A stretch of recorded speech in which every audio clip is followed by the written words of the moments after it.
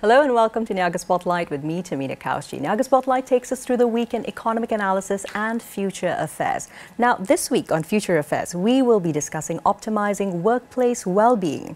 In Malaysia, work-life balance remains a significant concern. A 2024 study ranked Malaysia as indeed the second worst country for work-life balance amongst 60 high-GDP nations, with an average work week of 40.8 hours. Now, additionally, employees often work beyond the standard 48-hour week. In the banking sector, the average is around 52 hours. Now, this overwork contributes to burnout, absenteeism, as employees adjust their schedules to compensate. However, 9-to-5 workplace standards are also evolving very quickly, driven by technological advancements, shifting workplace cultures, changing demographics, and economic strategies. These shifts are further amplified by the impact of AI, the recent pandemic, the evolving expectations of the workforce. Now, around 60.3% of Malaysian employees that were surveyed prioritize work-life balance, which is highlighting increasing calls for change. The newly launched Malaysia Wellbeing at Work Index report provides crucial insights into workplace well-being trends across industries in Malaysia. Today, I have the absolute pleasure of Hetal Doshi, organizational psychologist, CEO of OSITE and founder of the Wellbeing at Work movement, joining me in the studios, joined by Dr. Kenneth Kafaki, professor at Sunway University and academic fellow, and they are going to be right here in the studios for a very timely discussion on optimizing workplace well-being. A very good morning to the both of you. How are we doing? Good morning. Thank you so much for having us. Fantastic. Pleasure to be here. Absolutely. So a really timely discussion, Hetal, as well as Dr. Kenny. I would actually like to, before we dive deeper into the findings, let's set the stage. Hetal, perhaps you'd be the best to tell us a little bit more about how did this entire Wellbeing at Work Index originate? What was your thought process behind this, given your strong background in industrial and organizational psychology? Right. So as an organizational psychologist, we really look at the workplace like athletic workforce. You're trying to score a goal in the shortest period of time. And we were very, very lucky. In 2017, I encountered a Tan Sri Wanzo from Petronas, who was the ex-president of Petronas, and he had asked me this question in our engagement. He said, Hetal, I've got a workforce of 47,000 people. How do I maximize their potential, especially during challenging times? And as we see the world getting more and more challenging. And so that question actually started my, the power of one fantastic question can take you another 7 to 10 years to figure out how to answer that question. And so we started wondering, we hire people in the workplace, we want them to maximize their potential so that we can achieve the outcomes that we want. So that thought process was actually what led to the Wellbeing at Work Index that we've designed. Right. In trying to maximize potential, what are the risks that people experience? How well are they coping? And how safe do they feel to have the right conversation at the right time with the right person to get to the right outcome? So that was really the birth of how the Wellbeing at Work Index came about. And it's very interesting because you mentioned timeline-wise, though that was 2017. Almost a decade on, smack in the middle of, almost 2025. Here we are. So much has changed. Arguably, enough has happened in this almost decade, which did not even occur in the world of work over the past 50 to 80 years, right? Yeah. Things have really changed. So who actually commissioned this workplace well-being report and study, and you have launched it. This is of course not its first edition, but why are you so optimistic and interested about the findings which have come out of the most latest one? Right. I think who commissioned this was frustration and anger. All right. Yeah, I think the anger and frustration of when we talk about mental health, it's always about mental illness, depression, anxiety, stress. But that's not what mental health really is about. The goal of it is really to be at the optimum state. And so we thought that the way it was being measured was not right. It is definitely the right time to be measuring things correctly for the benefit and the well-being of organizations and individuals as well. So that's, I think, where we are at right now. And we don't remain optimistic about the data, unfortunately, because year on year it's declining. But we do remain optimistic with the idea that when people get access to their own data and they are accountable to champion a better work life for themselves, it can lead to much better outcomes. So I think where we remain optimistic is in typically the awareness of what this data means for people. Exactly. And of course, we're talking about the C-suite level, organizational champions and corporate leaders, right? Exactly. So shifting from there into Kenny, Dr. Kenny, tell me a little bit about the fact that we're looking at, of course, a lot of statistical data which has been collated, but it isn't just about the statistical dip. Echoing what Hazel had mentioned earlier, this is really about struggles that are faced by employees around Malaysian workplaces day on day, year on year. Let's dig into that. Yeah, when we take a look at the data and it's reducing on all our variables, it's either the same or it's reducing year on year. I would not say we're at the point yet that we're in an absolute crisis, but it is deeply concerning. Everything is dropping. Our vulnerable groups, you know, females, younger employees, people with less tenure, people with lower job levels, year on year, it's increasingly getting worse for them compared to their exact counterparts, who it's getting better year on year. It's almost like a seesaw effect, and that is concerning. As we get more data in the years to come, we'll be able to bridge the gap a lot more with this. But we were looking at this data and we were looking at the polar opposite. There was almost like a dichotomy happening between the various groups versus the more vulnerable groups.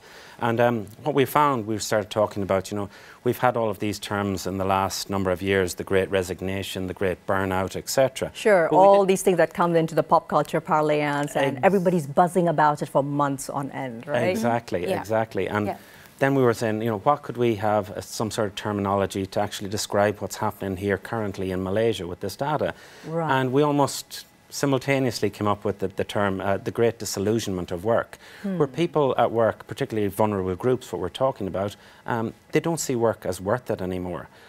It's almost like that they have been missold something, that their aspirations, etc. And we're not saying that they're being crushed, but they're being severely dented in the workplace. And all these expectations, they're coming back to these individuals, and they're basically asking questions in relation to, you know, should I continue with this? And this leads back into, you know, the great resignation, etc., that people feel they've been somewhat missold. And that is what we're saying is concerning. But more data definitely needed in that regard. But the disillusionment is definitely there. And when we talk to people, even at the university, young people, you know, a lot of my master's students, they're working adults. And they've gone into, you know, entry-level positions in HR departments, etc. And they're not at the level that they thought they would be. They're not progressing at levels that they thought they were. So they're returning to education to get more skills, etc. So this is kind of, it is concerning. And it's like with the statistics that you mentioned earlier, you know, work-life balance, working hours, etc. People are just becoming a little bit more disillusioned. And, you know, if this is not taken note of by the relevant people, organizations, government, trade unions, all these bodies, this could continue to manifest itself, and it could actually get worse. So it's very good at this point because, you know, we wanted to move towards evidence-based management. Absolutely. Everybody yes, not just identifying the issue at the heart of it, but also then, so where do we go from here? What do we do with this minefield of data, right? Absolutely. So I love the fact that you highlighted, and you've actually coined this term, the great disillusionment. And I think it speaks fundamentally to the meaning of what work is today in 2025, and honestly where we're going forward for the next 50 years of our lives, etc., especially for those who may just be starting out when it comes to their professional careers.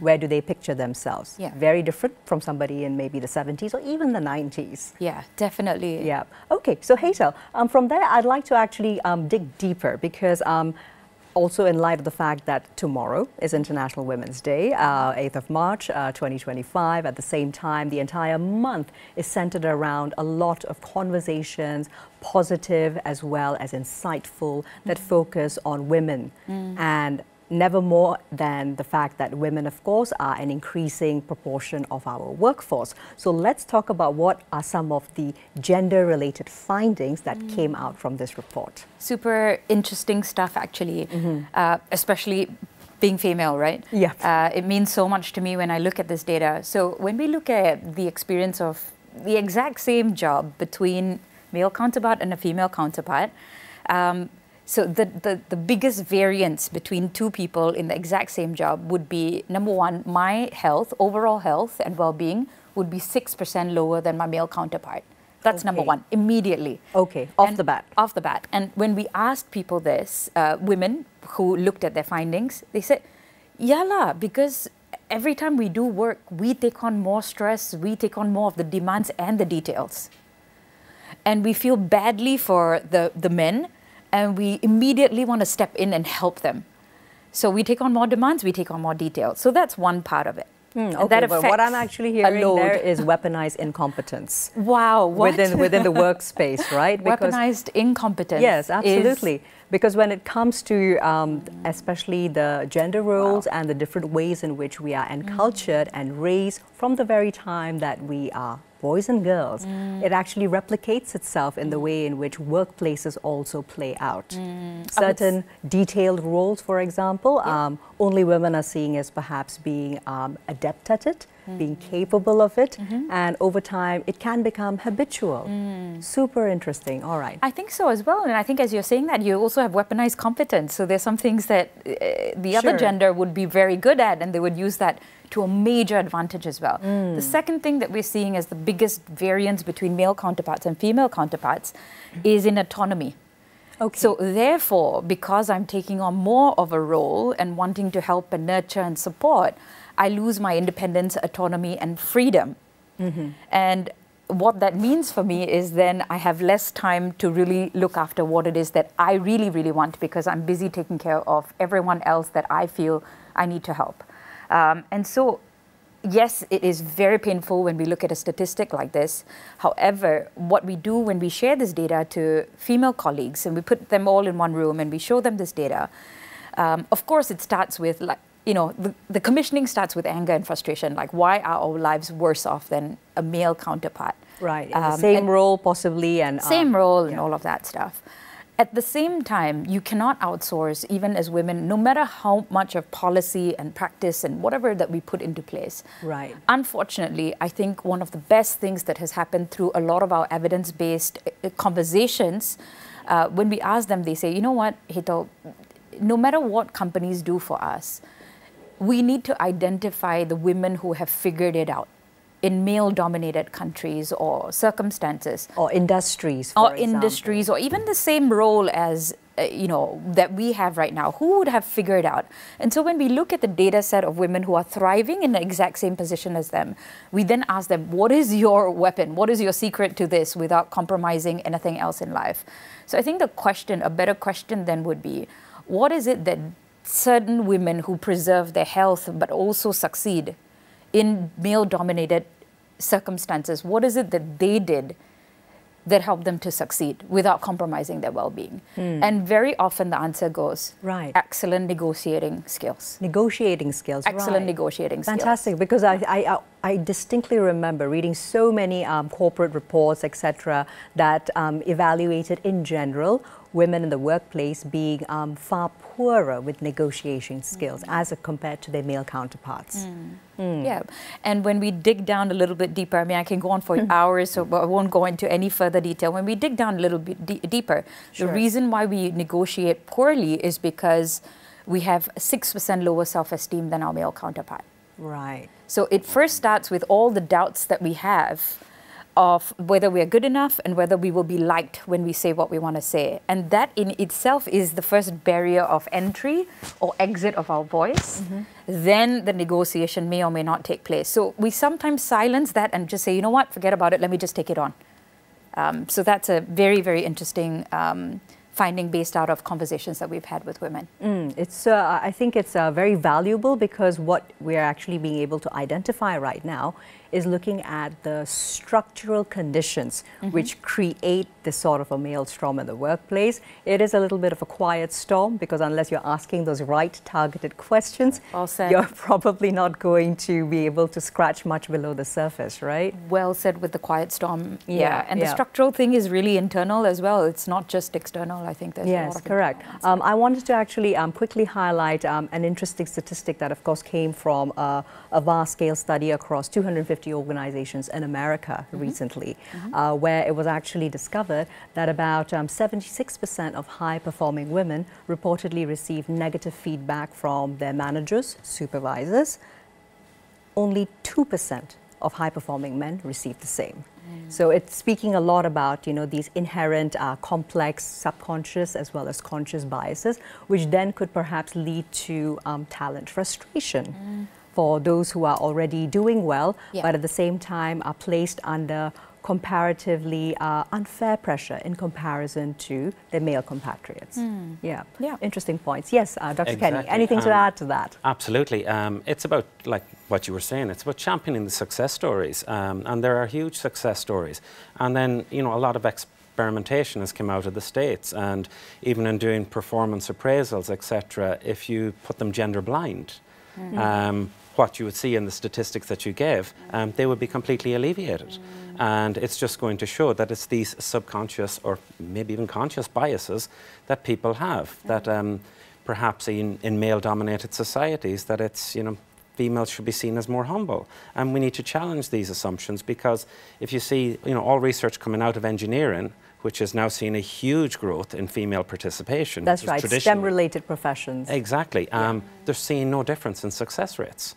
So it's kind of going back to those types of things, as in even in recruitment, etc., that if we do things as gender blind in the screening process at the very beginning, or looking at CVs, that it is just an individual, it is a human being first and foremost, rather than it's male or female, because, you know, being male or female is not an indicator of success in literally anything. Or even competence. Competence, exactly, all of these things. So it's, you know, going back to possibly looking at things like that, championing success stories and challenging traditional assumptions, you know, that males are traditionally engineers, females traditionally go into perhaps the nursing profession. You know, these things definitely need to be challenged, and, you know, success stories can happen in all of them. Absolutely, which also brings me back to the fact that this competency checking, which is a constant presence, particularly for minoritized or marginalized groups within workplaces, ultimately has a blowback effect. We'll of course dig deeper into specific age demographics, but before we move on, Hetal, I'd love to actually focus a little bit on some actionable areas which organizations can take when they're paying attention to such data points, which is showing that, you know, women are doing worse off, especially when they are also in similar roles at the workplace, but generally outside of the workplace, their roles and their personal lives or their home lives are very different from their male counterparts. So how can that be addressed in a sensitized manner? Oh, it's a really tough one over here, isn't it? It's a very, very tough, unfair, potentially unfair experience. Let me just maybe give you an example of what an organization, because we are trying to outsource, trying to get a workplace to help us figure out what to do with our personal lives. Right? When we go back home, how are you going to support that for us? And that's not an easy thing to do. We were at a town hall, a recent town hall, where the CEO spoke for close to about 90 minutes.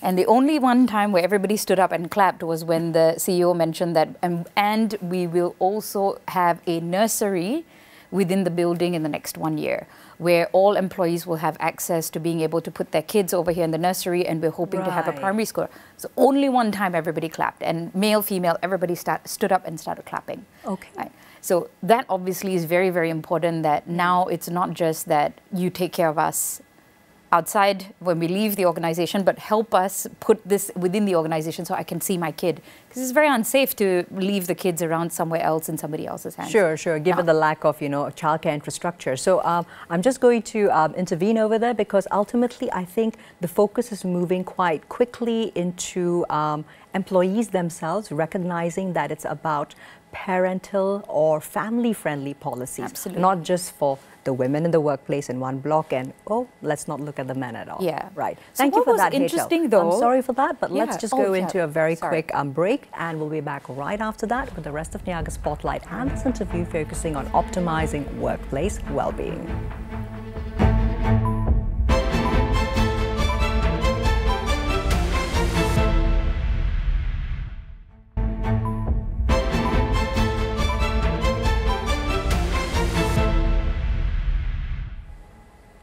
Welcome back to NIAGA Spotlight, still with me, Tamina Kaushi, and today we're talking about all things optimizing workplace well-being, together with Hetal Doshi as well as Dr. Kenny Kafaki in the studios live with me now.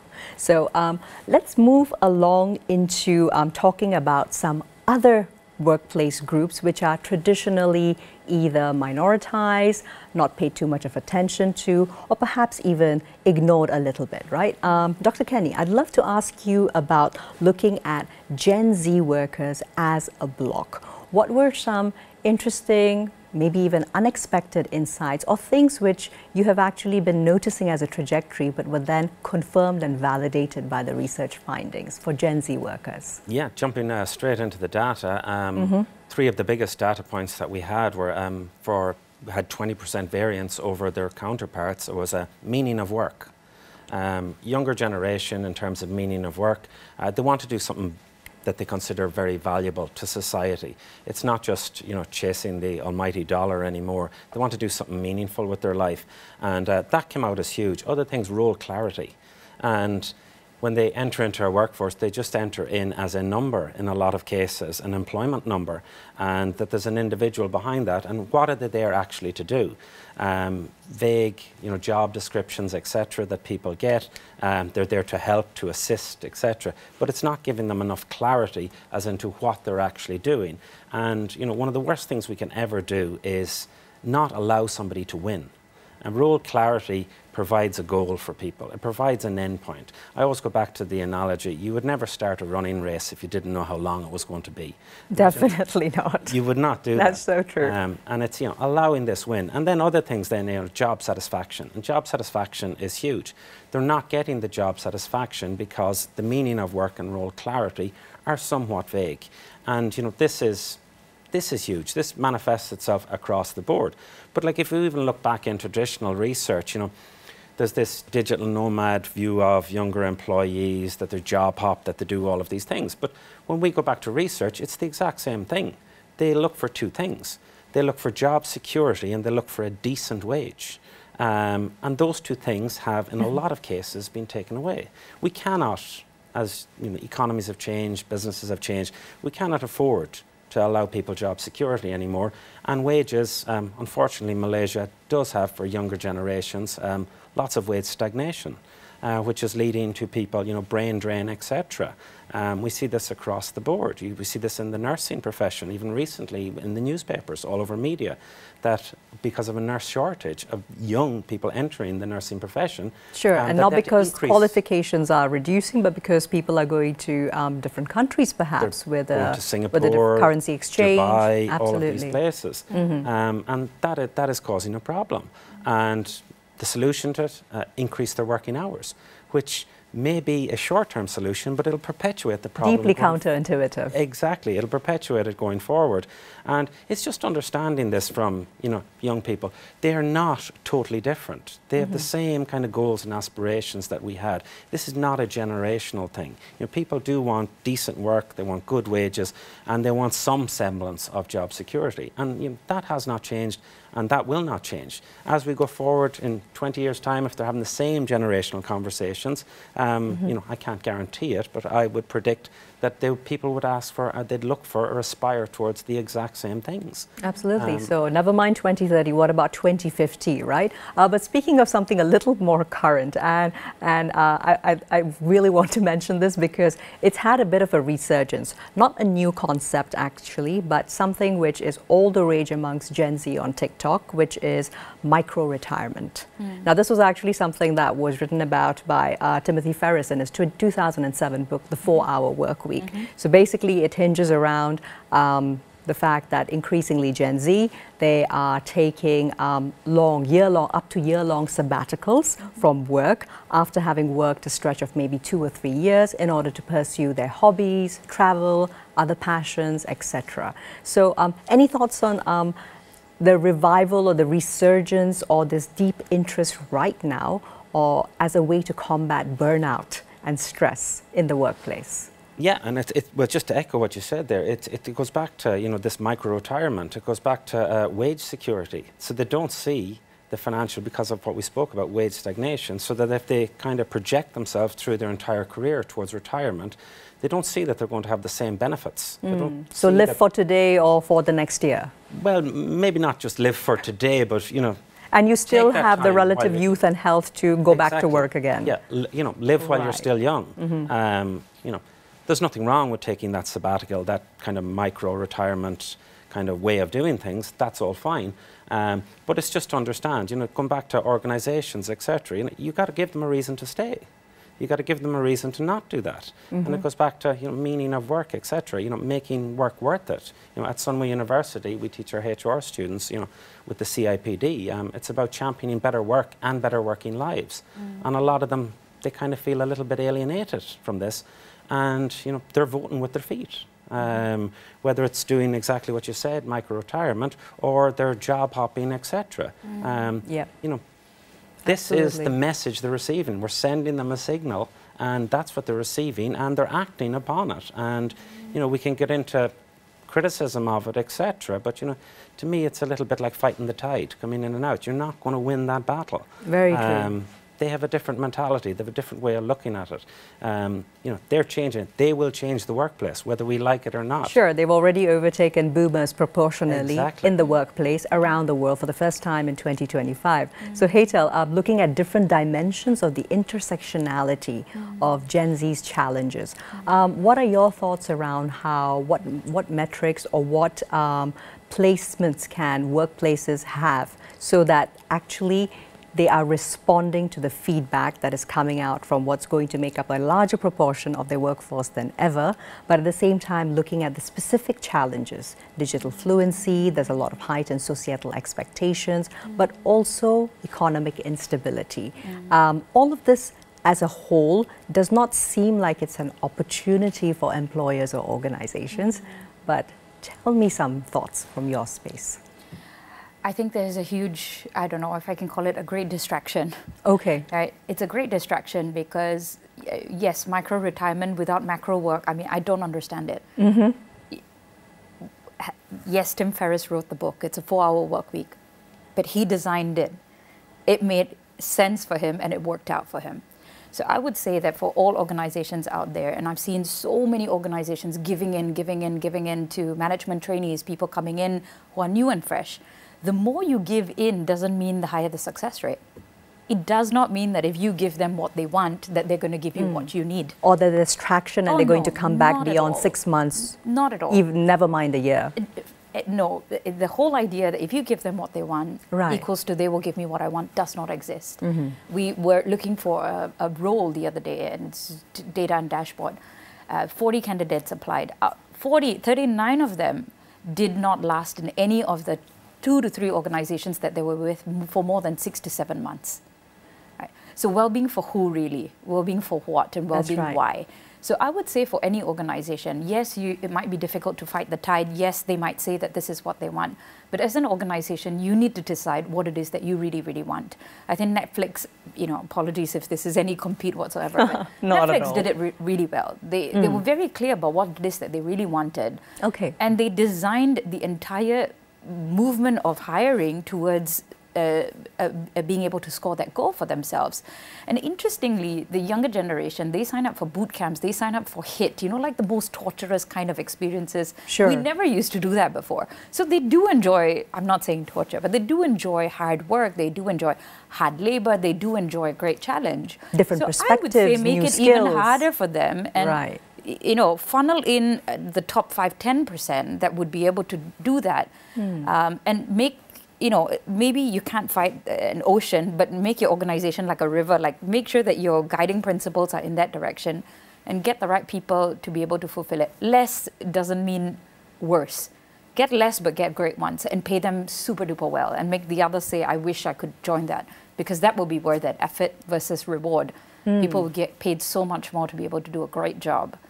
Which is required, really, really required in a day and age like this as well. Yeah, exactly. I would say definitely don't get distracted by whims and fancies of those that have not found grounding or footing yet in the world, unfortunately. And at the same time also, it, I think, demands of organizations that they be a lot limber and much more insightful in projecting what kind of strategies they want for workplace productivity, as well as assigning people into not just teams, but also roles that are then actually maximizing the type of skill sets each person is bringing in with them.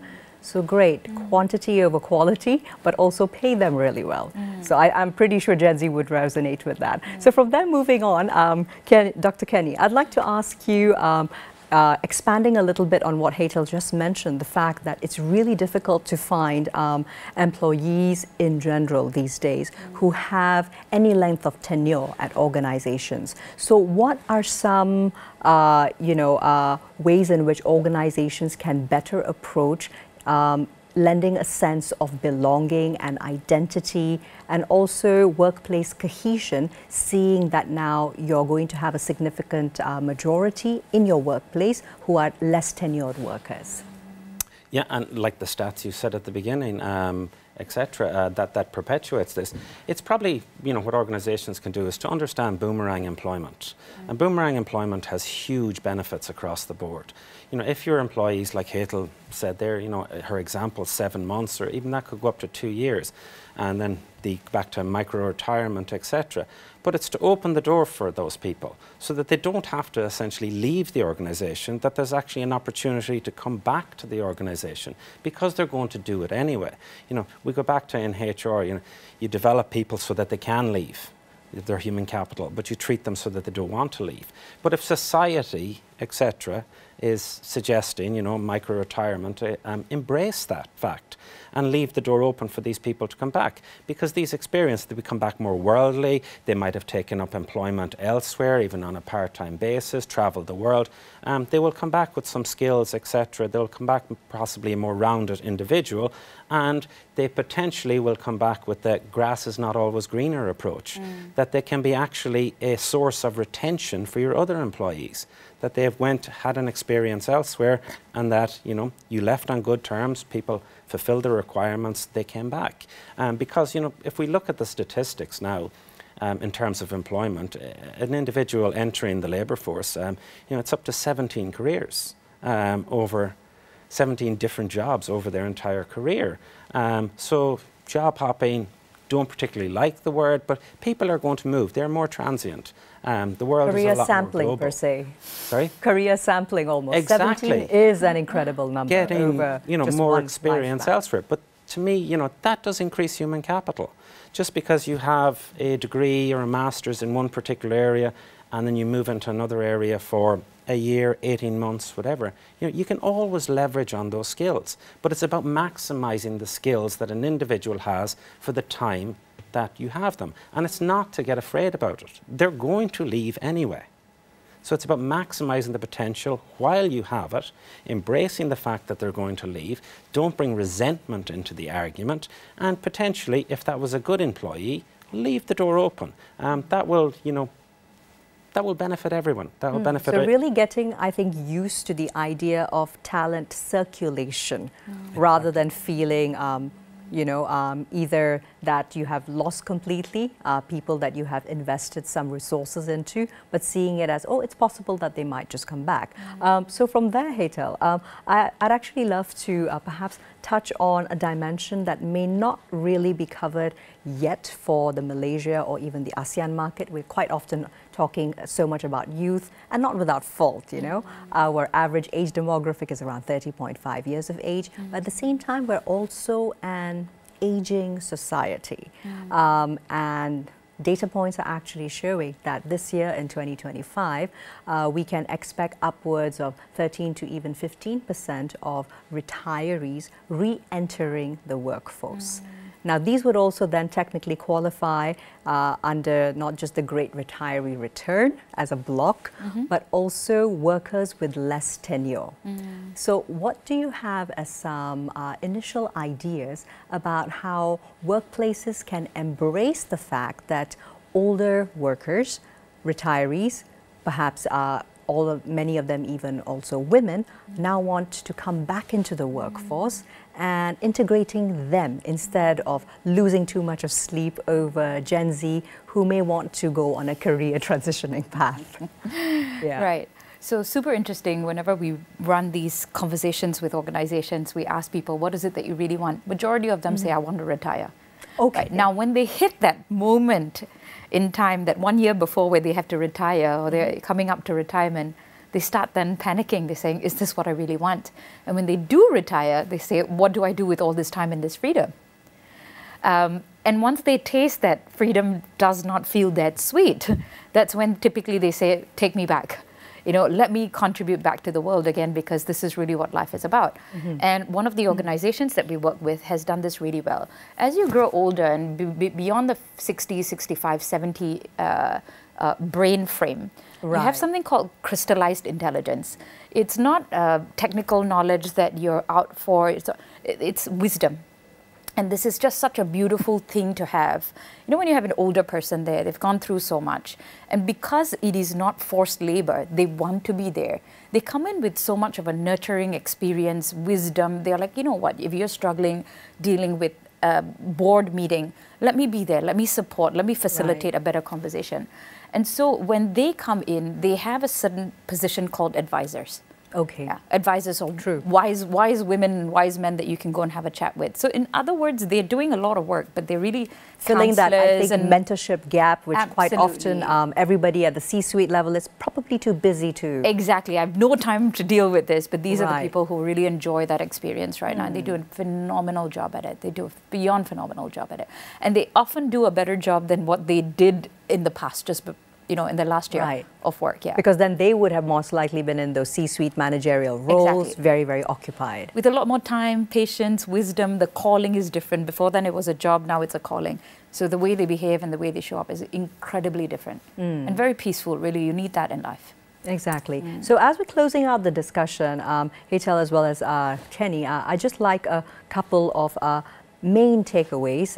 So where do we go from here now that the report is out, and what actions do you hope will be taken and replicated at the policy making level that then can benefit and cascade down to as many workplaces and sectors in Malaysia as possible? I think you probably said a lot of it there. I think we need to embrace an evidence-based approach to this. This needs to get on to the table of decision makers. This report, Ministry of HR, Ministry of Youth and Sport, Ministry of Women and Cultural Development, all of these people. And it's to embrace what it says. This report is not criticising anyone. It's just highlighting things that are of deep concern that could, if not addressed, move in towards a crisis. And we just published the original pilot study of this. So now we're taking the different variables. We've only talked about the statistics, but the relationship between them, and taking this over time frames to see what is actually affecting what over time. And what we have found in our initial pilot study, published in the Asia Pacific Journal of HR, is that when risk is high, psychosocial risk is high, an individual's well-being goes down. When their psychological safety increases, their well-being increases. And it just goes to show that these things are having an effect. And then if we break that down further by demographics, we just used in the original stage age and gender, but they were hugely significant in the difference between them. So the risk you're having, the demands you're having at work versus the resources that you have to deal with them, i.e. the risk versus the safety, these are going to become more pronounced over time. And now that we have larger data sets, etc., this is going to become exactly more important. Fantastic. Thank you very much, Dr. Kenny, as well as Hetal. It's been such an insightful discussion about optimizing workplace well-being. Lots of data points, but at the same time, action needs to be taken and taken now. Well, that's all we have time for today on NIAGA Spotlight. I'm Tamina Kausji signing off. We'll be back again next Friday with more economic analysis and highlights. Here's to a productive week ahead.